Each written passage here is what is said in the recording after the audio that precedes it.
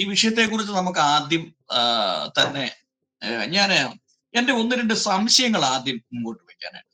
കാരണം ഈ വേദപുസ്തകം പഠിക്കുമ്പോൾ ജോസഫിന്റെ ചരിത്രവുമായി ബന്ധപ്പെട്ട് പറയുമ്പോൾ എന്റെ യജമാനൻ നോക്കുന്ന ലക്ഷണം നോക്കുന്ന പാത്രം, അത് കപ്പാണോ, അത് ഒരു പാത്രത്തെ കുറിച്ച് പറയുന്നുണ്ട്. അതോടൊപ്പം ഈ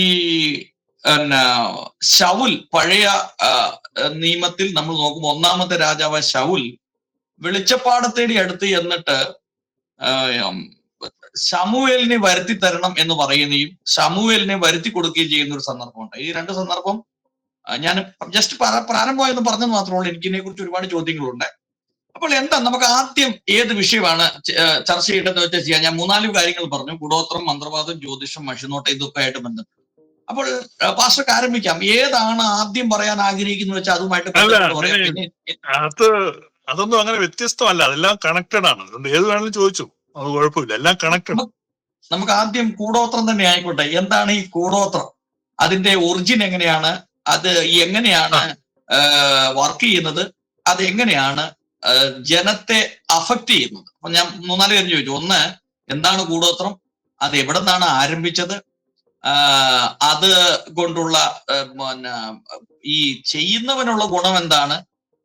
അത് എതിർ നേരിടുന്നവനുള്ള പ്രത്യാഘാതങ്ങൾ എന്താണ്? ഈ 4 കാര്യങ്ങളാണ് ഞാൻ മുമ്പോട്ട് വെച്ചത്. ഈ കൂടോത്രം എന്ന് പറഞ്ഞാൽ യഥാർത്ഥത്തിൽ അതിനെ ഗൂഢാസ്ത്രം എന്നാണ് അതിന്റെ അർത്ഥം. ഗൂഢാസ്ത്രം എന്നത് പിൽക്കാലത്ത് ലോപിച്ച് കൂടോത്രം എന്നായതാണ്. കൂടോത്രം എന്ന വാക്ക് തന്നെ ശരിയല്ല. പിന്നെ ചില ആളുകള് അത് കൂടുപാത്രമാണ് എന്നൊക്കെ പറഞ്ഞ് ഞാൻ കേട്ടിട്ടുണ്ട്. അതൊക്കെ ഒരു തമാശ. കാരണം ഈ കൂട് പാത്രമൊക്കെ കൊണ്ട് കൂടോത്രം വെക്കുന്നുണ്ട്. അതിൽ നിന്നാണ് സത്യത്തിൽ ഇതിന്റെ ഒറിജിൻ ഗൂഢാസ്ത്രം എന്നുള്ളതാണ്. അപ്പൊ അസ്ത്രങ്ങൾ 2 തരമുണ്ട് യുദ്ധത്തില്. നമ്മള് കാണാവുന്ന ദൃശ്യാസ്ത്രങ്ങളുണ്ട്, ദൃശ്യമായിട്ട് അയക്കുന്ന അമ്പുകൾ. അതുകൂടാതെ യുദ്ധങ്ങളിൽ രഹസ്യമായ അസ്ത്രങ്ങൾ, അതിനാണ് ഗൂഢാസ്ത്രം എന്ന് പറഞ്ഞാൽ ഗൂഢമായിട്ടാണ് സഞ്ചരിക്കുന്നത്. അതേക്കുറിച്ച് ദാവീദ് പറയുന്നുണ്ട്, ഇരുട്ടിൽ സഞ്ചരിക്കുന്ന അസ്ത്രങ്ങൾ എന്ന് പറയുന്നുണ്ട്.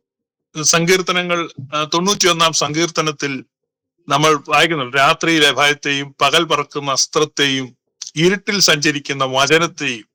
ഇരുട്ടിൽ സഞ്ചരിക്കുന്ന വചനം, അതാണ് ഈ ഗൂഢാസ്ത്രം. പകൽ പറക്കുന്ന അസ്ത്രം എന്ന് പറഞ്ഞാൽ പരസ്യാസ്ത്രം. അപ്പൊ പരസ്യാസ്ത്രവും ഉണ്ട്, ഗൂഢാസ്ത്രവും ഉണ്ട്.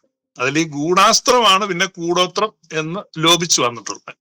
അപ്പൊ അത് യുദ്ധങ്ങളിൽ, യുദ്ധം എന്ന് പറഞ്ഞാൽ ഈ രാജ്യങ്ങൾ തമ്മിലല്ല, വ്യക്തികൾ തമ്മിലാകാം, കുടുംബങ്ങൾ തമ്മിലാകാം, ബിസിനസ്സുകൾ തമ്മിലാകാം, ഗോത്രങ്ങൾ തമ്മിലാകാം. യുദ്ധങ്ങളുണ്ടെങ്കിൽ ആ യുദ്ധങ്ങളിൽ വിജയിക്കാൻ വേണ്ടി മനുഷ്യർ പരസ്യമായിട്ട് ചെയ്യുന്നത് കൂടാതെ രഹസ്യമായി ചെയ്യുന്ന കാര്യങ്ങളെയാണ് പൊതുവെ ഈ ഗൂഢാസ്ത്ര വിഭാഗം അല്ലെ കൂടോത്രം എന്ന രീതിയിൽ വിവക്ഷിക്കുന്നത്.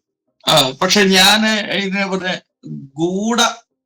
ഗൂഢാസ്ത്രം എന്ന് പറയുമ്പോൾ ഗൂഢതന്ത്രം എന്നുള്ള ഒരു വ്യക്തി ഇതിനെ കുറിച്ച് ഒരു അഭിപ്രായം പറഞ്ഞു. ഗൂഢതന്ത്രം എന്നാണ് ഇതിന്റെ യഥാർത്ഥ പേര് എന്നാണ് ഒരാൾ.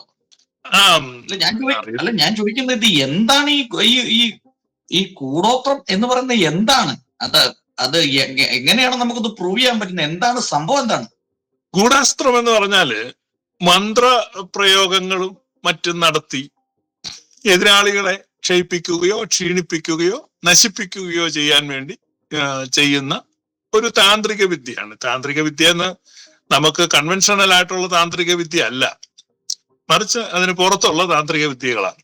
ഈ താന്ത്രിക വിദ്യയിൽ പറഞ്ഞു ഇതിന്റെ പിന്നിൽ പ്രവർത്തിക്കുന്ന ശക്തി ഏതാണ്? മനുഷ്യനാണ്. മനുഷ്യനല്ലേ ചെയ്യുന്നത്. അല്ല, മനുഷ്യൻ ചെയ്യുന്നെങ്കിലും ഈ കൂടോത്രം ചെയ്യുന്ന വ്യക്തികൾക്ക് പ്രയോജനം ലഭിക്കുന്നുണ്ടല്ലോ. അതെന്താണ് അതിന്റെ കാരണം? അവരുടെ ശത്രുവിനെ അവർക്ക് നിഗ്രഹിക്കാനോ അല്ലെങ്കിൽ ശത്രുവിനെ ഉപദ്രവിക്കാനോ അവർക്ക് സാധിക്കുന്നുണ്ടോ? സാധിക്കും. കൂടോത്രം ചെയ്യുമ്പോൾ അത് ശരിയായ രീതിയിൽ ചെയ്യുമ്പോൾ അല്ല, അതിന്റെ പിന്നിലുള്ള ഒരു ശക്തി എന്താണെന്നാണ് ചോദിക്കുന്നത്. മനുഷ്യൻ തന്നെയാണ്, മനുഷ്യന്റെ ശക്തിയാണ്. അല്ല, മനുഷ്യന്റെ ശക്തി എന്ന് പറയുമ്പോ ഒന്നും മനസ്സിലാകുന്നില്ല. എന്താ ഞാൻ ചോദിക്കുന്നത്, ഈ കൂടോത്രം ചെയ്യുന്ന വ്യക്തി ഒരാളെ എതിരിടുകയാണ്. ആ വ്യക്തിയെ തകർക്കാൻ വേണ്ടിയാണ് ചെയ്യുന്നത്. അപ്പോൾ ഫലത്തിൽ ഇത് സംഭവിക്കുന്നുണ്ട്, എതിരാളിയെ തകർക്കാൻ പറ്റുന്നുണ്ട് പല കൂടോത്രങ്ങളിൽ നിന്നും. അതെ അതെ അപ്പൊ അതിന്റെ പിന്നിൽ പ്രവർത്തിക്കുന്ന ഒരു പൈശാചിക ശക്തിയാണോ, അതോ എന്ത് ശക്തിയാണ് അതിന്റെ പിന്നിൽ പ്രവർത്തിക്കുന്നത്? മനുഷ്യന്റെ ശക്തിയാണ് അത്. ഈ പ്രപഞ്ചം മുഴുവൻ ഒരു ഊർജ വലയമാണ്. അപ്പൊ ഈ ഊർജ വലയത്തിലെ ചെറു വലയങ്ങളാണ് നമ്മൾ. അപ്പൊ അതുമായിട്ട് നമുക്ക് കണക്ട് ചെയ്യുന്ന സമയത്ത് മനുഷ്യന്റെ ശക്തി തന്നെയാണ് അതിൽ പ്രയോഗിക്കപ്പെടുന്നത്. മനസ്സിലായി? ഇപ്പൊ നിങ്ങളൊരു വെള്ളത്തിൽ കളിക്കുന്നു, ആ വെള്ളത്തിന്റെ അപ്പുറത്ത് വേറൊരാൾ നിൽക്കുന്നു, നിങ്ങളുടെ സൈഡിൽ നിന്ന് നിങ്ങൾ നല്ലൊരു ബ്ലോ കൊടുത്താൽ ആ വാട്ടർ ഇങ്ങനെ ബ്ലോ ചെയ്ത് അവന്റെ അടുത്തേക്ക്. അപ്പൊ നിങ്ങളൊരു ഒരു ഇച്ചിരി കൂടെ സിസ്റ്റമാറ്റിക് ആയിട്ട് ഒരു വലിയ ടയറോ വല്ലതും വെച്ച് നല്ലപോലെ ഒരു ഉന്താങ്കിൽ ഒരു ഒറ്റ ഓളത്തിൽ അവൻ അപ്പുറത്തോട്ട് പോകും. അപ്പൊ ഇതുപോലെ ഈ പ്രപഞ്ചം ഒരു ഊർജ വലയമാണ്.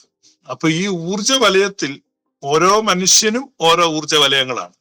അപ്പൊ ആ ഊർജ വലയങ്ങളെ ലൈനപ്പ് ചെയ്യിക്കാനും അക്യുമുലേറ്റ് ചെയ്യിക്കാനും ഓർഗനൈസ് ചെയ്യിക്കാനും അതിനെ കൊണ്ട് ആ ശക്തി പ്രവഹിപ്പിക്കാനും ഒക്കെ ഈ താന്ത്രിക വിദ്യകൾ കൊണ്ടും ഒക്കെ സാധിക്കും. അപ്പൊ അതിന്റെ ഒരു പ്രയോഗമാണ് ഈ കൂടോത്രം എന്ന് പറയുന്നത്.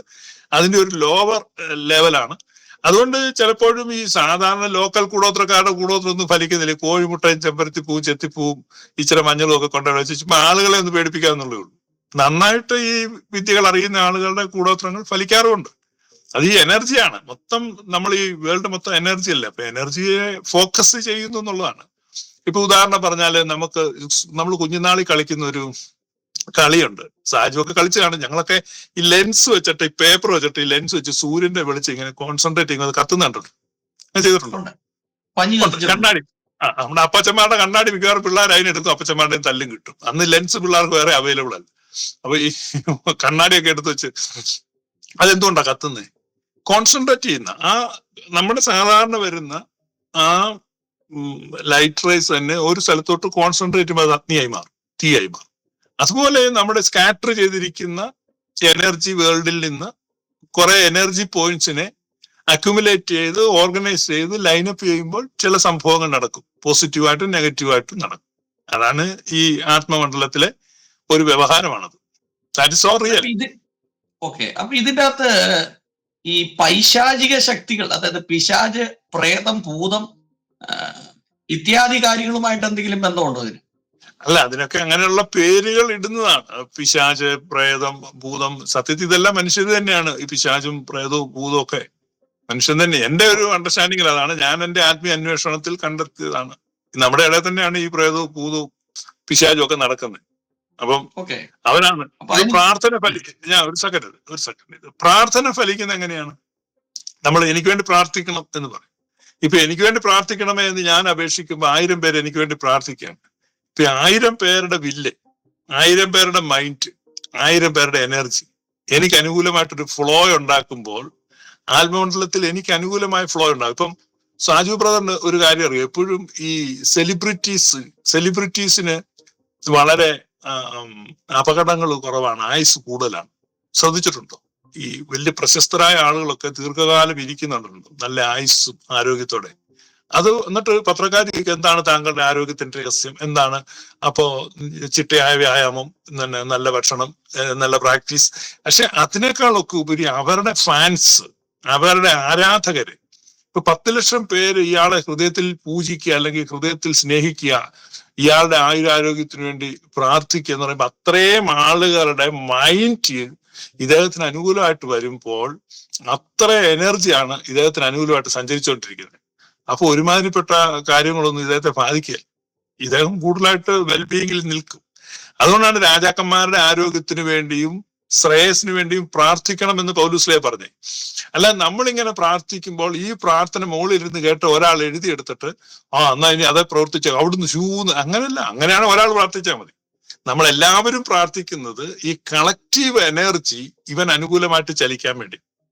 അപ്പൊ അതിനുവേണ്ടിയാണ് നമ്മളിപ്പോ ജനഗണമന പാടുമ്പോ ഞാൻ എപ്പോ കേട്ടാലും എന്റെ രോമം എഴുന്നേറ്റിരിക്കും. സ്റ്റിൽ പല MP-മാർക്കും MLA-മാർക്കും അത് പാടാൻ പോലും അറിയത്തില്ല, തെറ്റിദ്ധരിക്കുന്നു.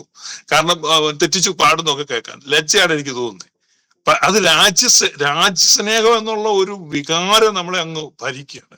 അപ്പം നമ്മൾ ഒരുമിച്ച് എല്ലാ ദിവസവും ഈ ദേശീയ ഗാനം പാടുമ്പോൾ ഇന്ത്യയുടെ മുകളിൽ ഒരു എനർജി രൂപപ്പെടുകയാണ്. ആ എനർജിയാണ് രാജ്യബോധം. അത് നമ്മളെ അപ്രതിരോധ ശക്തിയാക്കി നിർത്തുന്നത്. എന്ന് പറഞ്ഞാൽ ഈ കോൺഷ്യസ്നെസ്സിനെ കളക്റ്റീവ് ആക്കുക. അപ്പോ ഒരൊറ്റ രാജ്യം, ഒരൊറ്റ ജനത, ഒരൊറ്റ ഇന്ത്യ, അല്ലെ വന്ദേ മാതരം, അല്ലെങ്കിൽ സാരേ ജഹാം സെ അച്ഛ, ഇത് നമ്മളെ എന്ത് ചെയ്യാണ്? ബോണ്ട് ചെയ്യിക്കുക.